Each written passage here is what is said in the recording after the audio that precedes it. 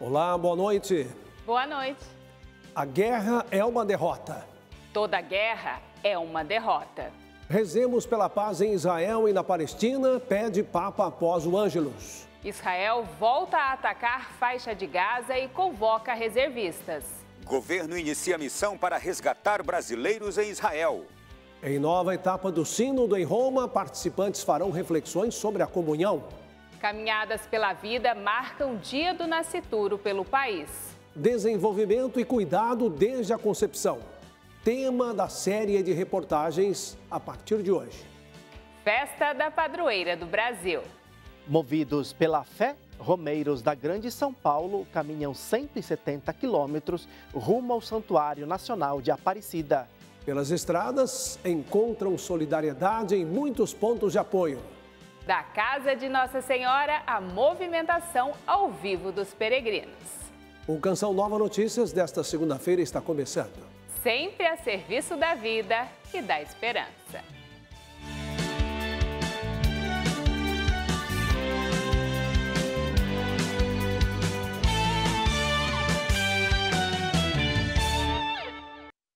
Iniciamos a edição do Canção Nova Notícias com reportagens sobre a triste situação da guerra na Terra Santa. Desde que Israel declarou independência em 1948, vive confrontos com seus vizinhos árabes, muçulmanos e palestinos. No último sábado, o país sofreu ataques sem precedentes do grupo islâmico Hamas. As causas para o conflito entre judeus e palestinos vêm de longe. O ponto de partida seria a expulsão dos judeus pelos romanos no ano de 70 d.C., quando os israelenses se deslocaram para o norte da África e Europa. Já no século XX, com o fim da Segunda Guerra, os judeus sobreviventes do Holocausto começaram a voltar para Israel, sua antiga terra até então habitada pelos árabes. Com o apoio internacional, a região foi dividida em 3 partes: o recém-criado Estado de Israel, a Cisjordânia e a faixa de Gaza, conquistados pelos israelenses após a Guerra dos 6 Dias. Desde então, diversos conflitos armados acontecem na Terra Santa. As tentativas de paz têm pouco sucesso. Entre as principais questões está a colonização dos territórios palestinos por Israel e a recusa palestina em reconhecer o Estado judeu. Da faixa de Gaza, o grupo islâmico Hamas surpreendeu Israel no último sábado. O ataque surpresa, com mais de 5.000 foguetes e militantes infiltrados por terra, água e ar, causou centenas de mortes e deixou milhares de feridos. O primeiro-ministro israelense Benjamin Netanyahu reagiu ao ataque, declarou guerra, bombardeou Gaza e impôs bloqueio total à região que agora não tem água, comida e energia elétrica. Até aqui, quase 1.600 pessoas, entre judeus e palestinos, morreram. Há mais de 2.500 feridos. O secretário-geral das Nações Unidas, Antônio Guterres, disse estar angustiado com o cerco completo à faixa de Gaza. Para ele, a situação, que já era difícil na região antes do ataque, só irá se deteriorar. A ingratidão gera violência, tira nossa paz e nos faz falar gritando, enquanto um simples obrigado pode trazer paz. Palavras do Papa Francisco na oração do Ângelus deste domingo. O Papa expressou sua preocupação com os conflitos em Israel e em Gaza, pediu orações pela paz na região e enfatizou que a violência e a guerra não são soluções, mas derrotas. O Papa convidou os presentes a não se cansarem de invocar, por intercessão de Maria, o dom da paz sobre os países do mundo que enfrentam guerras e conflitos. Preghiamo perché sia la pace em Israel e em Palestina. Ao refletir sobre a parábola dos vinhateiros perversos, o Papa ressaltou como a ingratidão pode ser a raiz dos conflitos, alimentando a ganância e, consequentemente, gerando violência. Enfatizou que os vinhateiros deveriam ter sido gratos pelo que receberam e pelo tratamento do proprietário da vinha. O pontífice alertou que, quando esquecemos a gratuidade de Deus, nos tornamos prisioneiros da ganância, desejando mais do que os outros e perdendo a paz. E incentivou os fiéis a fazerem da gratidão, assim como a Virgem Maria, uma luz diária que emana do coração. Olha, em homenagem ao Dia do Nascituro, comemorado ontem, parlamentares da Frente Mista contra o aborto e em favor da vida realizaram sessão solene no plenário na Câmara dos Deputados. Nesse domingo, Brasília também recebeu a caminhada pela vida na esplanada dos ministérios. A sessão começou com a apresentação do coral composto por crianças da capital federal.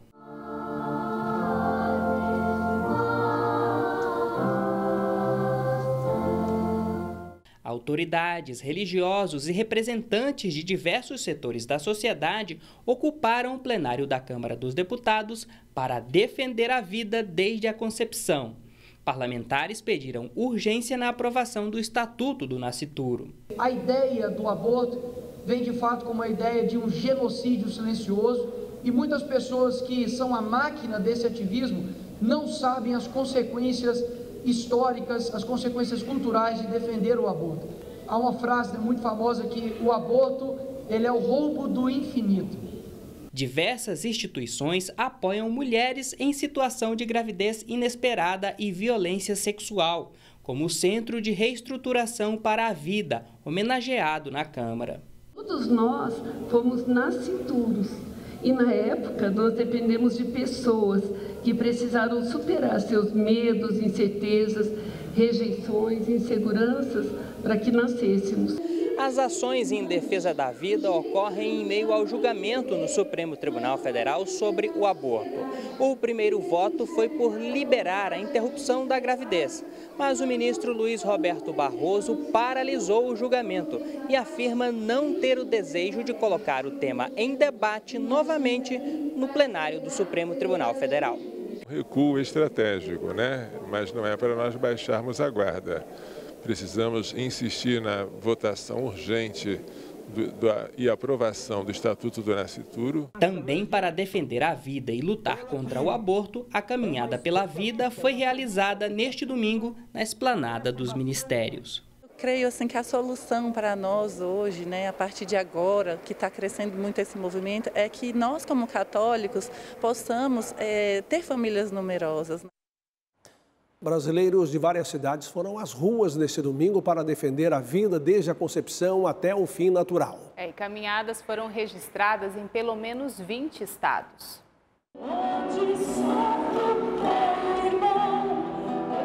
Em São Paulo, a Marcha pela Vida começou com missa na Paróquia Imaculada Conceição, no bairro Bela Vista, região central da capital. Após a Santa Missa, homens, mulheres e crianças caminharam até o Monumento das Bandeiras, em frente ao Parque do Ibirapuera.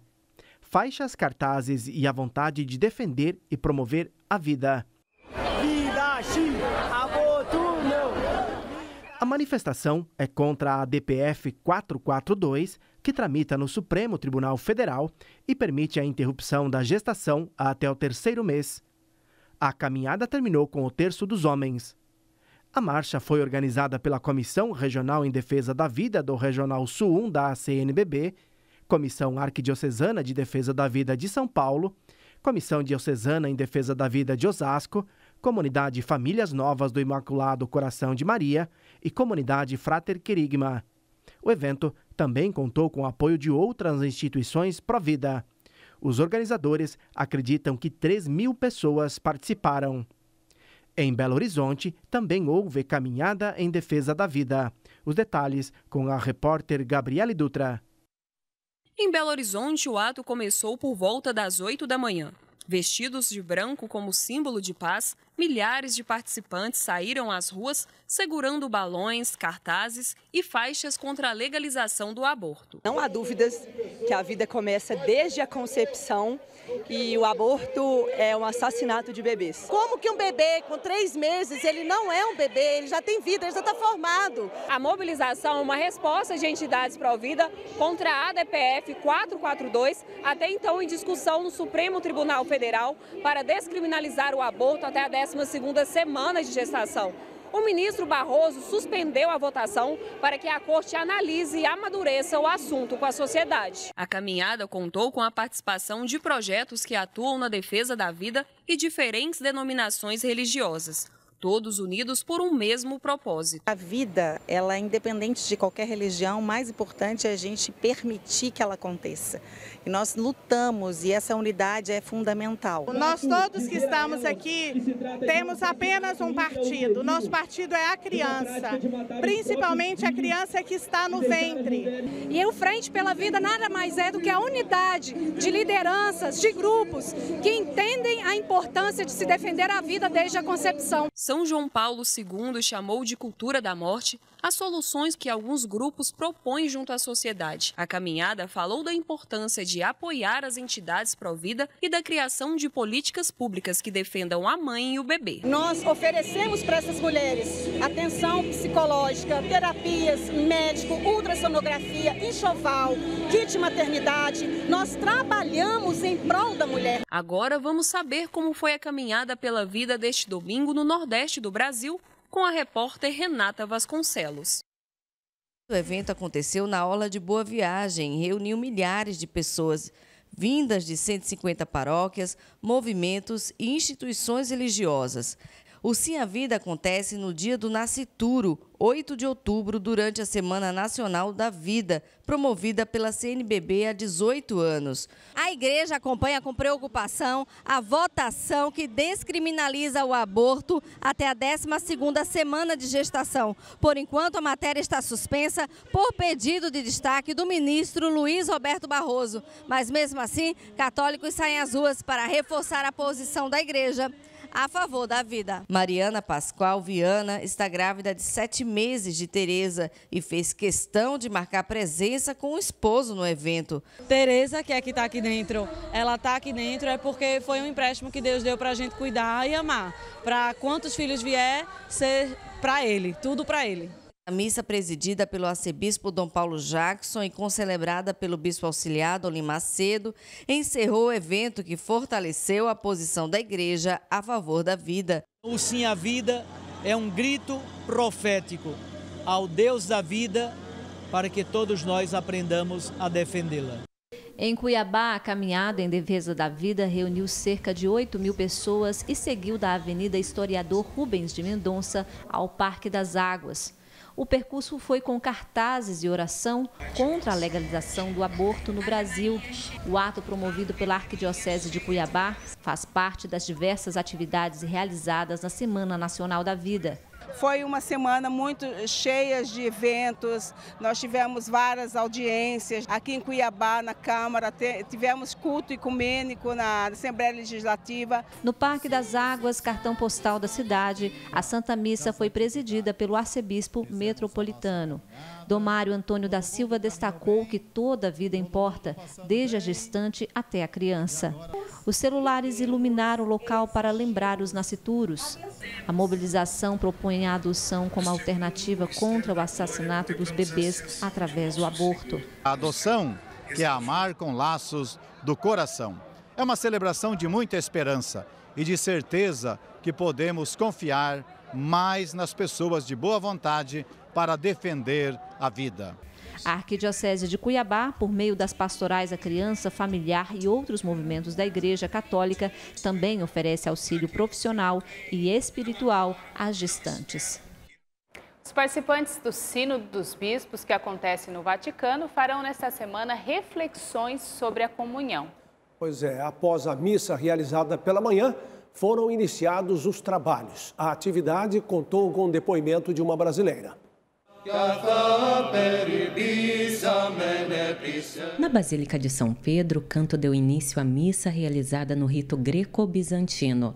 Os paramentos, o incenso e as velas mostram a singularidade da celebração, presidida por Iosef Abisi, patriarca de Antioquia dos gregos Melquitas. Em sua homilia, o patriarca de Antioquia dos Maronitas, Bechara Boutros, deu exemplo de problemas sociais que são desafios para todos, inclusive para a Assembleia Sinodal. A construção de uma paz justa, onde as guerras ensanguentam o nosso planeta, o cuidado da nossa casa comum, a luta contra o sistema econômico que produz exploração, desigualdade, desperdício, citou o patriarca. Após a missa, as atividades continuaram na Sala Paulo VI. O relator-geral do Sínodo, cardeal Jean-Claude Hollerich, falou sobre o tema Uma Comunhão que Irradia. No primeiro módulo, trabalhamos para que a Igreja Sinodal se tornasse mais nítida como uma visão global. Com o segundo módulo, abordamos a primeira das 3 questões que emergiram da escuta do povo de Deus e sobre as quais esta Assembleia é chamada a exercer o seu discernimento. Em seguida, o dominicano, padre Timothy Radcliffe, destacou que a formação foi o tema que surgiu com mais frequência na semana passada e propôs um questionamento. Como é que todos nós podemos ser formados para uma comunhão que transborde para a missão? For a communion that overflows into mission. Entre os depoimentos do dia está o da brasileira Sônia Gomes de Oliveira, do Conselho Nacional do Laicato do Brasil. Eu digo que compreendi que a Igreja Sinodal é aquela que não deve ter medo de caminhar junto com aqueles, com aquelas que querem viver a unidade, respeitando os diversos carismas e vocações. Se pararmos, corremos o risco de não fazer nada, pois o medo também nos esconde. 7 participantes contribuíram com suas experiências, formação e depoimentos. Uma igreja em escuta que se evidencia em cada módulo sinodal. Ao longo desta semana, em que se comemora o Dia da Criança, o Canção Nova Notícias exibe uma série de reportagens sobre o desenvolvimento e o cuidado com a vida dos pequenos desde a concepção. Sidney Fernandes tem os detalhes direto da capital paulista. Boa noite, Sidney.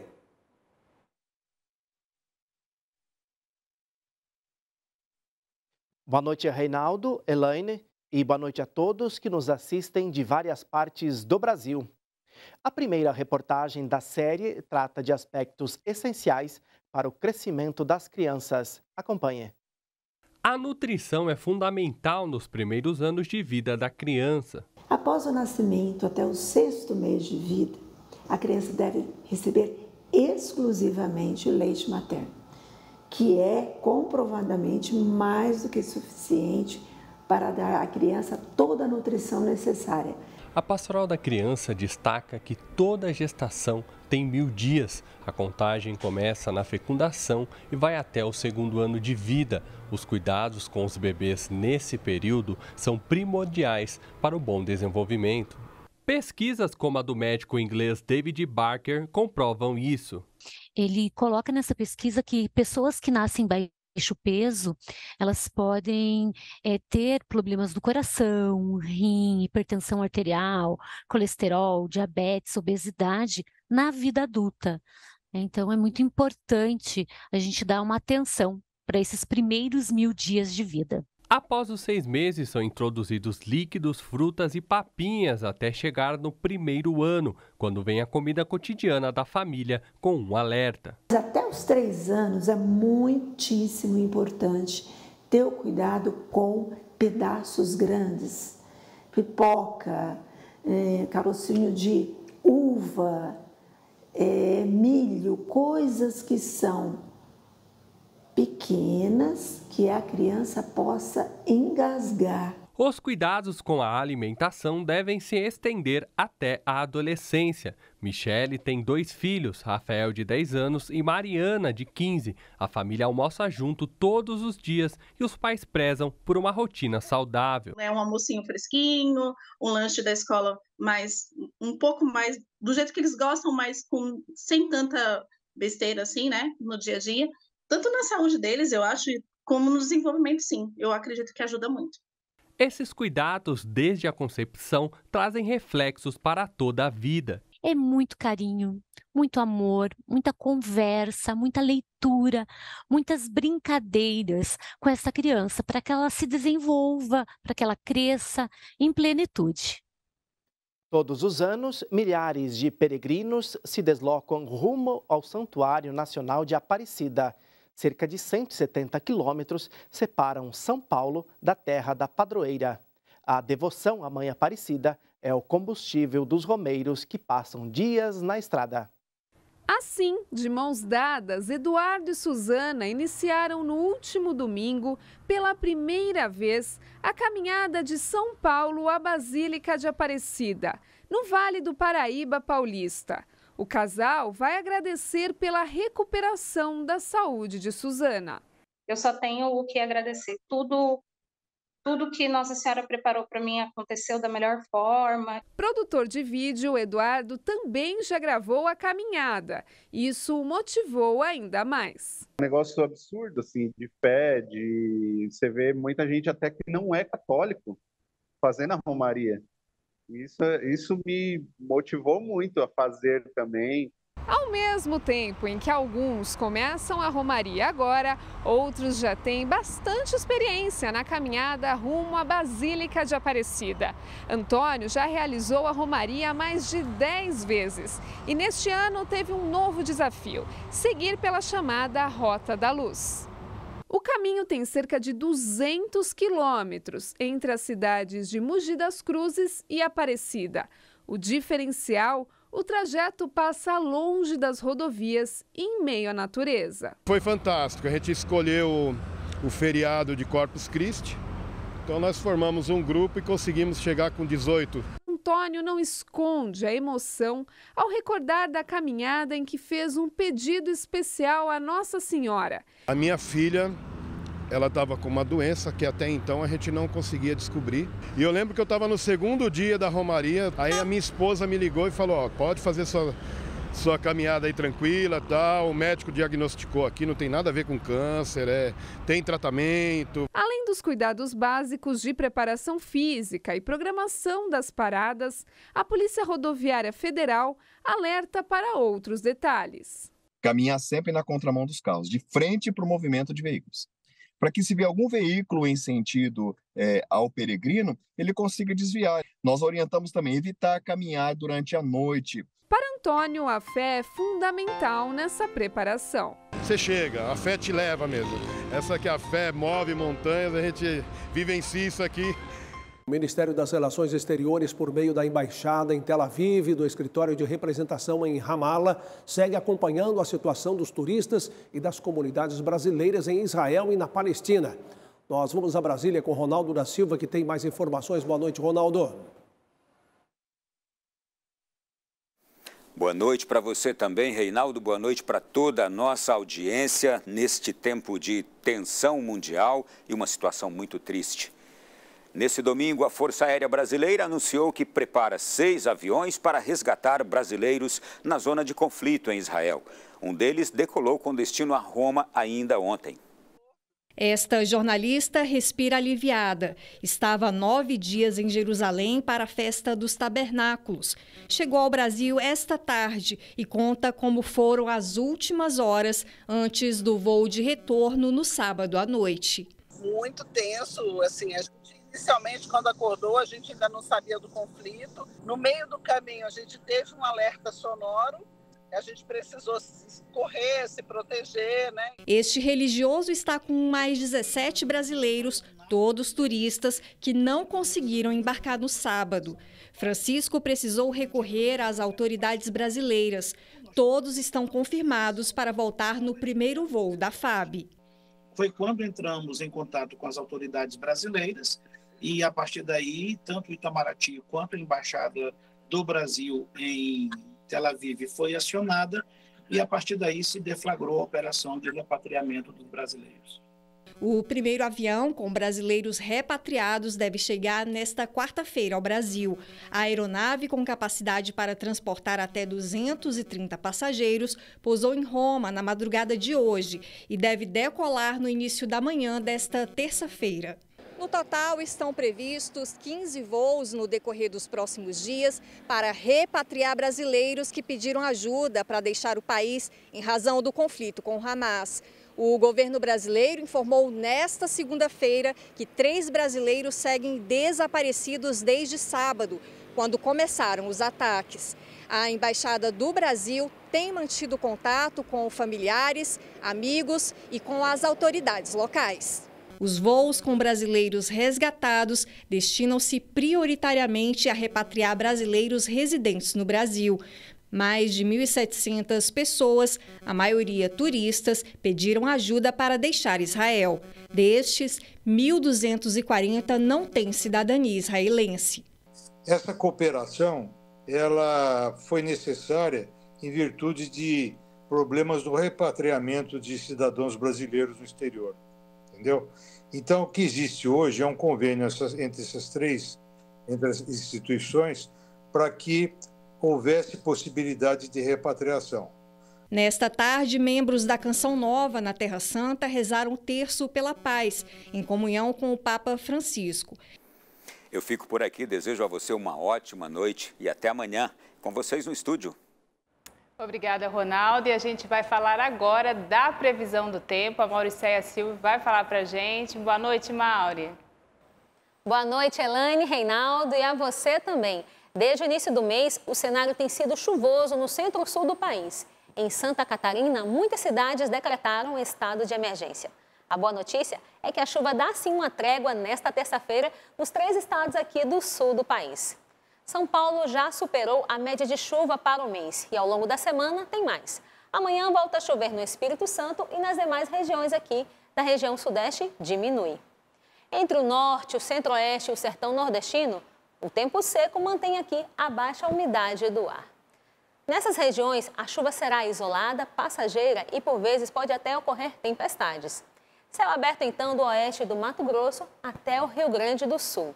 E nessa grande área entre Roraima, Rio Grande do Norte e Minas Gerais. Vamos às temperaturas? As máximas chegam a 37 graus em Manaus, 37 graus aqui no Mato Grosso e máxima de 32 graus no Maranhão. Eu volto com você, Reinaldo. Boa noite e até amanhã. Boa noite, obrigado. Morreu na madrugada de hoje o bispo emérito da Diocese de Duque de Caxias, no Rio de Janeiro, Dom Mauro Morelli. Dom Mauro tinha 88 anos e estava internado em um hospital de Belo Horizonte após apresentar piora no estado de saúde por complicações devido à idade avançada. Ao longo deste obispado, Dom Mauro se destacou na atuação de iniciativas contra a fome no Brasil e em âmbito internacional, sendo membro do Comitê Permanente de Nutrição da ONU. Olha, o fim de semana de festa na Arquidiocese de Natal. Milhares de fiéis lotaram a catedral para acolher Dom João Santos Cardoso, que tomou posse como 7º arcebispo desta igreja particular. O bispo chegou logo cedo à catedral, acompanhado do agora arcebispo emérito Dom Jaime Vieira Rocha. A transferência de governo foi oficializada com a passagem do báculo utilizado pelo primeiro arcebispo de Natal, Dom Marcolino Dantas. A solenidade foi acompanhada por diversos bispos de dioceses do Rio Grande do Norte e de outros estados da região Nordeste. Tenho expectativa de contar com a comunhão, com a lealdade e a participação dos senhores em minha missão para darmos continuidade ao dinamismo evangelizador. Canção Nova também numa atitude de gratidão. A Igreja de Natal se faz presente aqui nesse momento em que nós estamos participando da posse do 7º arcebispo de Natal. Então eu vim em nome da Canção Nova também para prestigiar esse momento importante da vida dessa igreja local. Muita alegria, é muito emocionante estar aqui participando desse momento único para nós, paroquianos, Norte Rio Grandense, né? É um momento de muita emoção mesmo.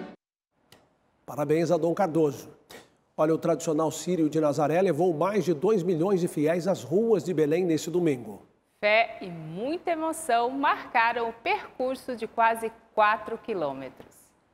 A procissão começou cedo e chegou no Centro Arquitetônico de Nazaré por volta do meio-dia. A romaria saiu da Catedral Metropolitana de Belém e foi até a Basílica Santuário de Nazaré, que neste ano completa seu centenário. Pela noite, a evangelização ficou por conta do Frei Gilson.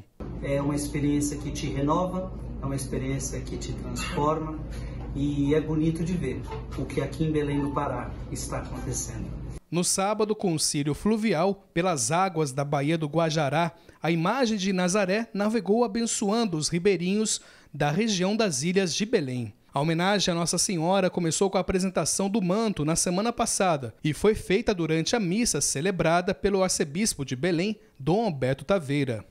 A Igreja de Belém, uma igreja de portas abertas, quer ser acolhedora para que todos se sintam bem, todos se sintam amados e acolhidos como irmãos e como irmãs. O manto deste ano começou a ser confeccionado em maio. Do trabalho diário das mãos da estilista, cobre de dignidade a imagem que representa a Mãe de Jesus. Então foi uma bênção ter esse manto na minha casa todos os dias, conversar com Nossa Senhora para saber se aquilo que a gente estava fazendo era realmente o que ela queria. A programação oficial do Círio de Nazaré segue até o fim do mês e está disponível no site ciriodenazaré.com.br. Quanto mais amamos a Virgem Maria, mais ela nos leva para Jesus. O Minuto Sínodo desta semana começa com o padre Valdecir Badzinski, membro da equipe nacional de animação do Sínodo no Brasil. Ele reflete a fala do Papa Francisco durante missa de abertura, em que deixa claro que o Sínodo não é um parlamento. Na abertura do Sínodo dos Bispos, o Papa disse: não estamos aqui para realizar um parlamento, nem um plano de reformas, mas sim ouvir o Espírito. Por isso estamos aqui para caminhar com o olhar de Jesus. O Papa disse ainda que o dever primário do Sínodo é centrar o olhar em Deus, para ser uma igreja que olha com misericórdia, olha com humanidade, que escuta, que dialoga, que abençoa, que encoraja. Uma igreja que busca o Senhor e segue o Senhor. Portanto, a igreja que tem Deus no centro é, consequentemente, uma igreja que não se divide, mas, no fundo, é uma igreja aberta a todos. Por isso, Sínodo é caminhar juntos. Você já parou para pensar que quando você coopera com a evangelização, você ajuda uma vida a se aproximar ainda mais de Deus, da espiritualidade cristã? Essa é a missão que você assume quando faz algo pela Missão Canção Nova. Olha, nós iniciamos essa semana com 26% na nossa meta da campanha do projeto Dai-me Almas de outubro. E você que se sente chamado pode saber mais em clube.cançãonova.com. Se quiser fazer sua contribuição pelo Pix, a chave é pix.doação@cançãonova.com. Obrigada a você e a toda a família Canção Nova. Olha, quando outubro chega, a Casa de Nossa Senhora Aparecida é destino certo de muitos devotos. Nos dias que antecedem a festa da padroeira, então, o número de peregrinos aumenta bastante. Por isso, nós vamos ao vivo ao Santuário Nacional de Aparecida. O repórter Alan Toledo está lá, vai trazer as informações para a gente. Boa noite, Alan. Boa noite, Elaine. Aparecida vive hoje o 7º dia da novena em preparação à Festa da Padroeira do Brasil. Neste momento, acontece no altar central a novena solene, presidida por Dom Carlos José de Oliveira, bispo de Apucarana, no Paraná. Ele reflete o tema Maria, ensinai-nos o valor da vida religiosa consagrada. A novidade deste ano fica por conta de Dom Orlando Brandes, que convidou bispos do Vale do Paraíba para celebrar a novena solene. E olha só, milhares de peregrinos deixam suas casas nessa época do ano rumo ao Santuário Nacional. Por vezes, as dificuldades e o cansaço são superados com muito amor e generosidade. O repórter Matheus Alves acompanhou de perto o trabalho feito por voluntários nos pontos de apoio. Vamos conferir. Fé na autoestrada. Estamos aqui há 13 anos. A gente traz abacaxi, melancia, laranja, suquinho, medicamento, conforme você pode ver ali. Gestos como o de José estão espalhados pelo caminho. São quase 90 pontos de apoio ao longo da rodovia. A gente tem pernoite, temos massagem, enfermeira, temos ducha, Wi-Fi. alimentação. Por aqui, os peregrinos recebem água para hidratar o corpo pela longa caminhada. Depois, passam pelo processo de receber o alimento. E um cardápio bem variado, com frutas, verduras, legumes, tem bolo e muito biscoito. Ao final, passam por uma massagem para relaxar os pés. E ainda deixam registrada a sua presença. A gente solicita para aqueles que entram, que passam por aqui, deixar seu nome, a data, nome e a cidade da onde que está vindo, né? Nosso trabalho aqui é 24 horas. Com esse calor, então chega muito assim desidratado, desnutrido, às vezes com uma hipotensão, às vezes não se alimentou direito, não se hidratou direito e chega aqui também em umas condições com a gente muito precárias. Então a cada apoio a gente dá essa assistência de saúde para eles, dando conforto para eles conseguirem de passo em passo, de ponto em ponto, conseguir chegar ao seu objetivo, que é a casa da mãe. Mãe que cuida das feridas, acolhe as orações e é o incentivo para suportar todas as dores. Se você precisa de um chinelo, eles dão essa meia, a gente ganhou. É uma bênção, é Nossa Senhora que está ajudando, sabe? Porque é muita emoção mesmo. Para pegar uma estrada, Caso Santo André, são 5 dias de caminhada. Se você não tiver um propósito e fé, você não chega aqui. Viva Nossa Senhora! Viva Nossa Senhora Aparecida!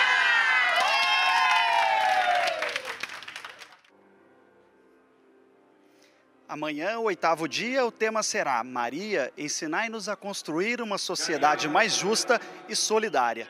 Às 3 horas, acontece a novena da tarde. E às 7 horas da noite, Dom Vladimir Lopes, bispo de Lorena, celebra a novena solene. Eu volto com vocês aí no estúdio. Obrigada, Alain. Boa noite para você. Até amanhã. E olha, o Canção Nova Notícias fica por aqui. A seguir tem a Santa Missa direto de São Paulo. Uma boa noite para você. Acesse a nossa página noticias.cançãonova.com. Boa noite. Paz para você.